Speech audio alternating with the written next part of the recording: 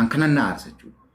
Ani yeroon toora sanarra ture yeroo lixarraa dhufe birgeediitiin jaartee jaardagaarratti uummati achi hedduun ni beeka. Uummanni horroo guduruu ni beeka jechuudha. Dhugaa dubbachuu danda'a.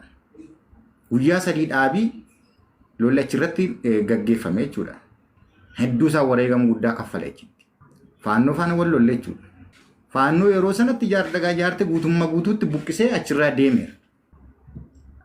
Warri beekan ni beeku jechuudha. Abbaan barbaade waan barbaade haasa'uu danda'a. Sun garuu ajaja dhaabaatiin miti. Bilbila koo cufadheen lola sana gaggeesseesse jechuudha yeroo sana. Garuu ajajni otoo lola sana keessa jiru ajajni natti bu'ee ni jira. Lolli kun lola mandaraati. Lolli kun lola sirrii miti. Buqqisiitii asii walee fuula Finfinneetti deemina jedhame jechuudha.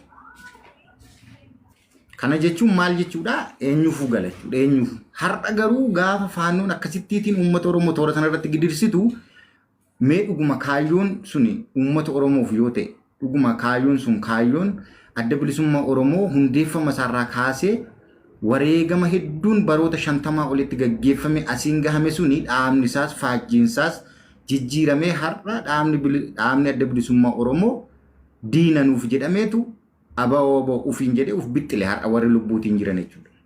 Waggoota 50f darbii darbaa qabsoon uummata Oromoo bareedee uummata Oromoo biratti simboo godhatee dhufe suni bara nuti lubbuutiin jirru keessatti faajjiinsaas jijjiirame, heerrisaas seerrisaas jijjiirame, dhaabni isaa jijjiirame maqaan dhaabasaa jechuudha. Garuu har'a finxaaleeyyii uummata Oromoo lafa garaagaraatti morma qalan duukaa walii galte keessoo godhuutiin uummata Oromoo qalchiisuutiin bukkee taa'u jechuudha. Eengadda uummata Oromoo horroo guduruutti asitti qalame riphee lolaan kun addana jira.